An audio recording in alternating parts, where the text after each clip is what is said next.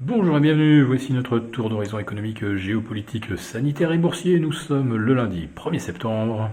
Pour comprendre comment tourne la planète finance, c'est sur la bourse au quotidien et nulle part ailleurs. L'épisode du jour s'intitulera « Allons-nous assister à la rentrée des métaux précieux ?» Nous abordons donc le dernier tiers de l'année et on peut dire en tout cas que les deux premiers ont été clairement ceux des actions, plus particulièrement des technos, avec un troisième trimestre de feu pour l'instant pour les champions de la stay-at-home economy, puisque sur 3 mois, le Nasdaq engrange 24%, le Nasdaq 100 près de plus 27, et sur l'ensemble des 8 premiers mois de l'année, Nasdaq 100 affiche maintenant plus 38%, tandis que le CAC 40 est à moins 17, moins 18, et sur les 3 derniers mois, le CAC 40 n'engrange que 4%, l'Eurostoxx plus 7, on va dire qu'il soutient à peu près la comparaison avec le Dow Jones.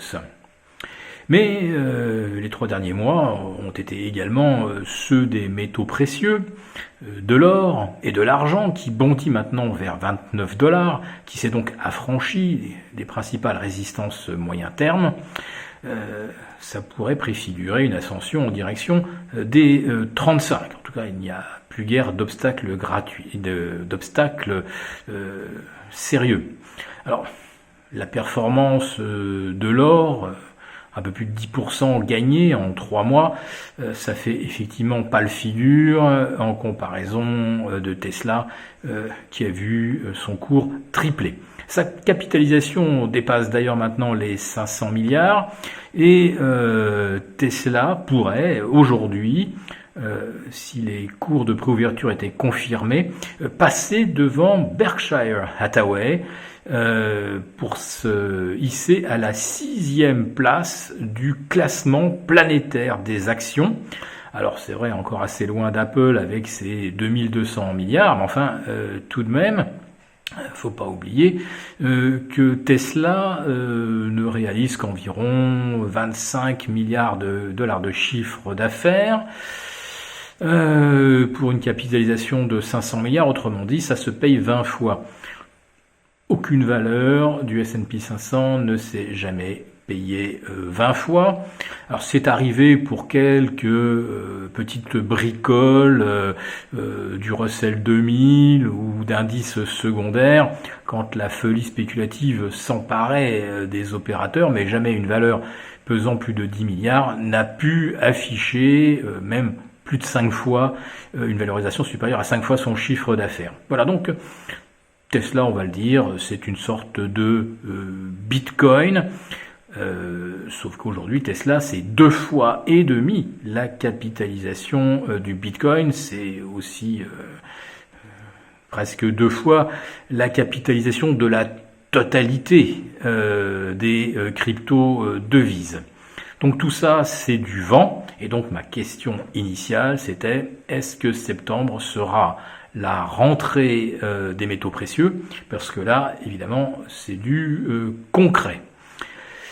Du concret dont la smart money semble de plus en plus avide. Des fonds de retraite américains viennent de voter pour constituer une ligne d'environ 5% de l'ensemble des actifs des fonds de retraite investissant dans l'or. Je n'en ai pas souvenir depuis les années 80. Warren Buffett également a décidé d'investir dans les mines d'or.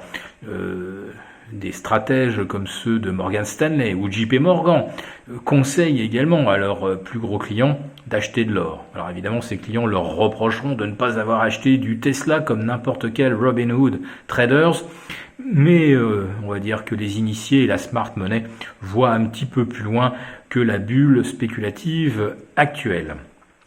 L'or est revenu donc au contact des 2000 $ et on voit se dessiner un consensus sur un cours de 2200 à 2250. C'est relativement cohérent par rapport à l'évolution du dollar. Dollar qui vient de repasser sous les 1,20 contre euro. Et avec l'enfoncement de ce plancher des 1,20, le dollar devrait s'en aller vers 1,23. Or, on observe une sorte de ratio de 4 unités à la hausse de l'or pour 1 de baisse sur le dollar. Donc si le dollar perd 2,5%, ça signifie que l'or vaudra 10% de mieux. Autrement dit, l'objectif des 2200 est cohérent et sans se montrer particulièrement ambitieux, en imaginant qu'il pourrait se créer sur l'or l'équivalent de ce que l'on observe sur Tesla.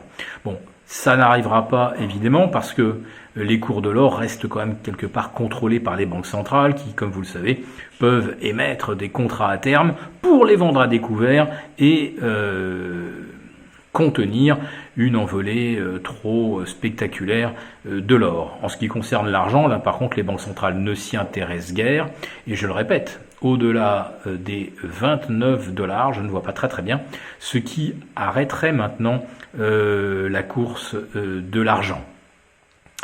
Donc, ce mois de septembre sera probablement placé sous le signe de la volatilité sur le marché des changes, et généralement, quand ça devient volatile sur le marché des changes, ce n'est pas bon pour les marchés d'actions en général, et aux États-Unis, on va dire que même si la baisse du dollar est une bonne nouvelle pour les exportatrices, il y a un moment où ceux qui détiennent du dollar et qui investissent dans des actifs libellés en dollars se disent bigre, on serait peut-être bien d'inspirer de diversifier un petit peu.